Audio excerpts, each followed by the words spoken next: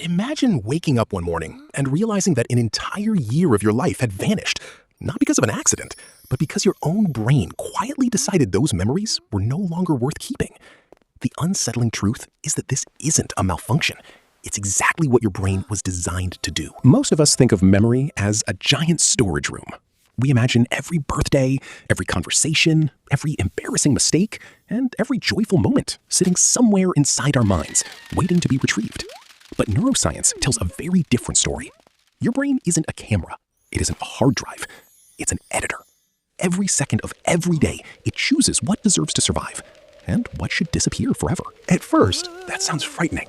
Why would evolution build a system that lets us forget?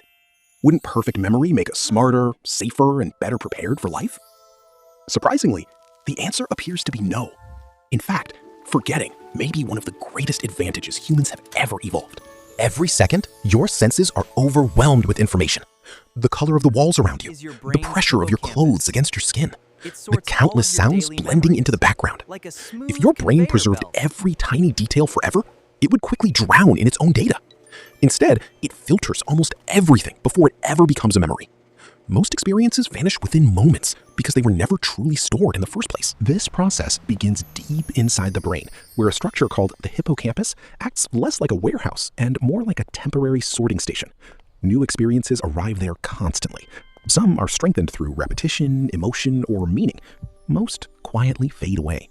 It's a ruthless system, but an efficient one. Think back to last Tuesday. Unless something unusual happened, chances are you can remember only fragments. Yet on that same day, your eyes processed millions of visual details. Your ears captured thousands of sounds. Your brain intentionally discarded almost all of them. That wasn't failure. It was survival. Emotion changes everything. Imagine two ordinary afternoons. On one, you walked to the store and bought groceries. On the other, someone unexpectedly told you they loved you, or perhaps you narrowly avoided a serious accident. Years later, one afternoon might be crystal clear, while the other has completely vanished. The difference isn't time, it's chemistry. Powerful emotions trigger the release of hormones, such as adrenaline, signaling to the brain that something important is happening. These chemical messengers strengthen communication between brain regions, making certain memories far more likely to endure. Evolution favored this system because remembering danger, opportunity, and social bonds often meant the difference between life and death. But emotion alone isn't enough. Repetition also plays a remarkable role. That's why musicians rehearse, athletes train, and students review their notes. Each repetition strengthens the neural pathways involved, making them easier to activate later. Memories are not carved into the brain like words into stone. They are living networks that become stronger the more they are used. Oddly enough, every time you remember something, you also change it. This discovery surprised neuroscientists. For decades, memory was believed to work like opening a sealed file. Today, evidence suggests something much stranger. When you recall an event, the memory briefly becomes unstable before being stored again. During that vulnerable period, new information, emotions, or even suggestions can alter it. That means your memories are not frozen snapshots of the past.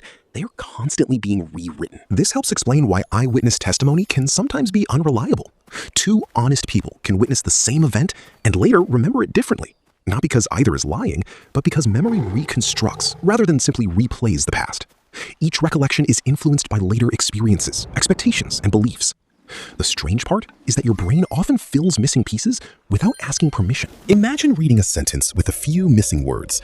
Your mind naturally completes it. Memory behaves in much the same way. Instead of preserving every detail, the brain stores patterns and reconstructs events later using fragments and educated guesses. Most of the time, this works remarkably well. Occasionally, it creates memories of things that never actually happened. Psychologists have demonstrated just how surprisingly flexible memory can be. Under carefully controlled conditions, some people have developed vivid recollections of events that researchers know never occurred. These aren't deliberate inventions. To the person remembering them, they can feel completely real. This raises an unsettling question. If memory is so imperfect, why hasn't evolution replaced it with something more accurate? The answer may lie in what memory is truly for. Memory didn't evolve primarily to preserve the past.